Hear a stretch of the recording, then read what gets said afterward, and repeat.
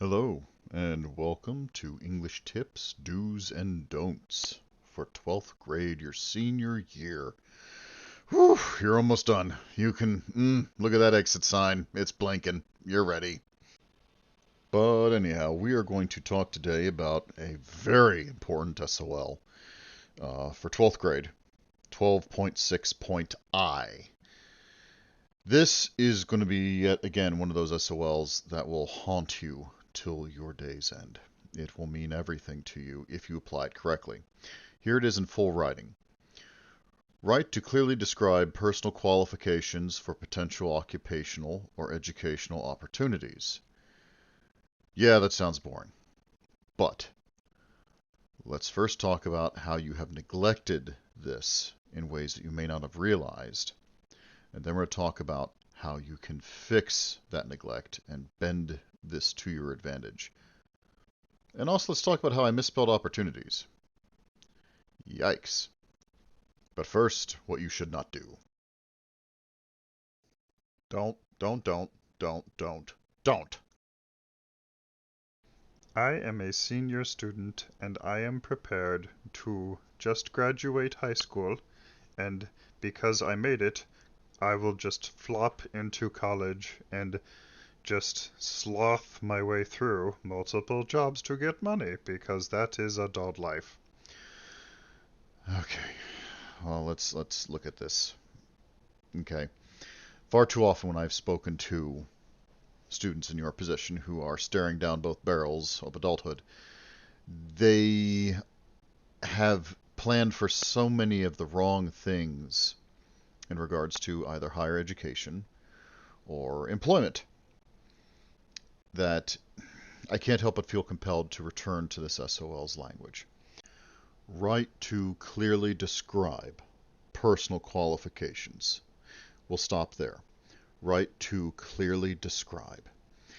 The thing I do not want you doing is using flowery language or vague language because you think it sounds good when you detail what you bring to the table, either academically or professionally.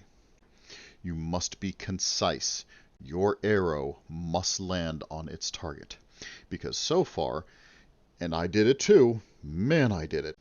You can walk into most retail places, demonstrate that when you clap, you don't miss 3 out of 4 times, and next thing you know, you have a job. And that works for entry-level positions, especially when you're young. You might also pursue a life of influencing.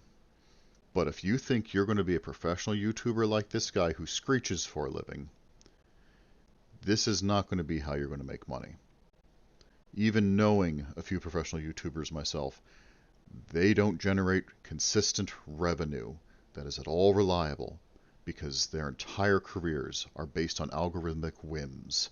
Anyone who generates content like that can vanish overnight. Maybe you're more academically oriented. College just doesn't happen. The amount of essays, writing, and self-promotion you need to present for college to pick you up substantial, and it's pretty intimidating.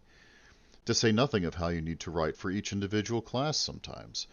I had to plead to get into certain classes, had to make my case. Well, this is what I will bring to your class. This is why your college in this university should bring me into its fold, because I am presenting these benefits to you. By the way, I can't pay for it. So I now need to tell you in very detailed language why I need you to pay for my own education and why it's going to benefit you. You must be very clear and detailed in this language. You cannot just wander through life. 12.6.I is right there to tell you that. And so am I. So let's talk about how you can improve these things.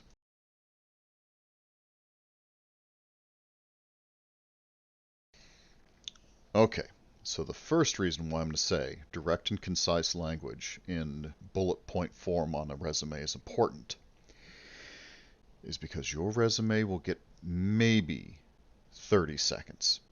And in those 30 seconds, people are going to take a quick look, a glance down your attributes. They're going to see the first word of each of your attributes which you probably listed in bullet point form, will be a verb. I strongly recommend being selective with your verb choice. Do not repeat your verbs either, but whatever verb you pick, make sure that you do not sound passive in your attributes. You just don't have them. You work for them. You participate in your abilities. So that's the first thing I'd offer you.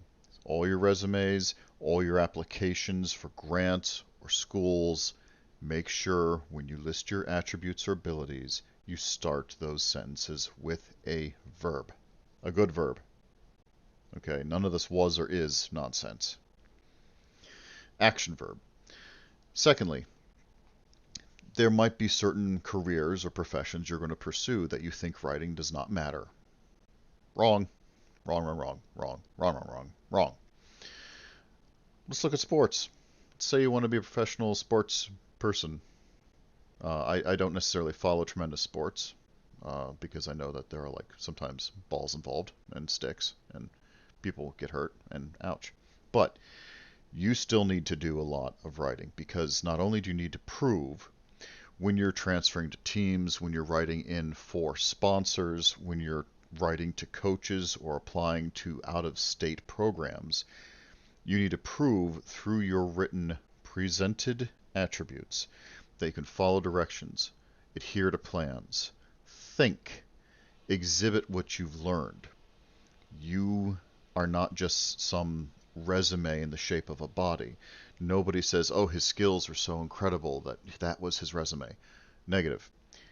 Because a good sports team, an effective sports team, does not need the best physically capable players. They need the right players, and that is all headspace. So, there you go. You're going to need to use 12.6.I when you're involved in sports. And the same goes for esports. Other careers that require it. I used to be a soldier. I assure you, the amount of writing and paperwork I did as a soldier, especially on after-action reports, is exhausting. But you don't want to be bored writing it, and you know that someone's going to have to read it, and you don't want them to be bored either when they read it. You are going to have to employ a lot of those proper action verbs. You're going to have to understand and adapt to the nomenclature of the job. And even in the Army, so what if you're a grunt? You might want to go into Ranger School. You might want to go into Officer Corps. You're going to need to make a very strong case for those things. You are going to have to use strong verbs. You're going to have to use concise language to detail what benefits you bring to the table.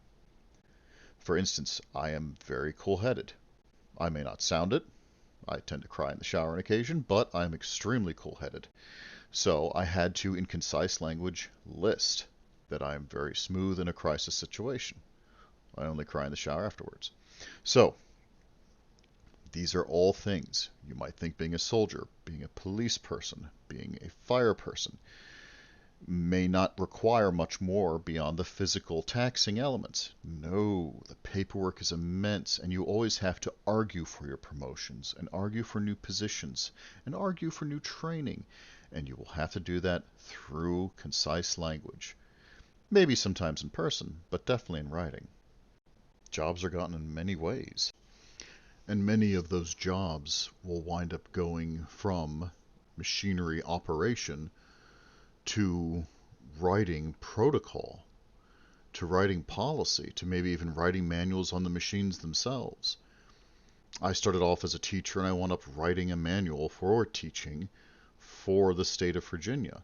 These things escalate, so they need to see very early on when they're hiring you on that you can provide that type of articulation and that type of concise wording. No one praised a manual or praised a detailed event report for its prose. It just made sense. And that is what 12.6.1 is.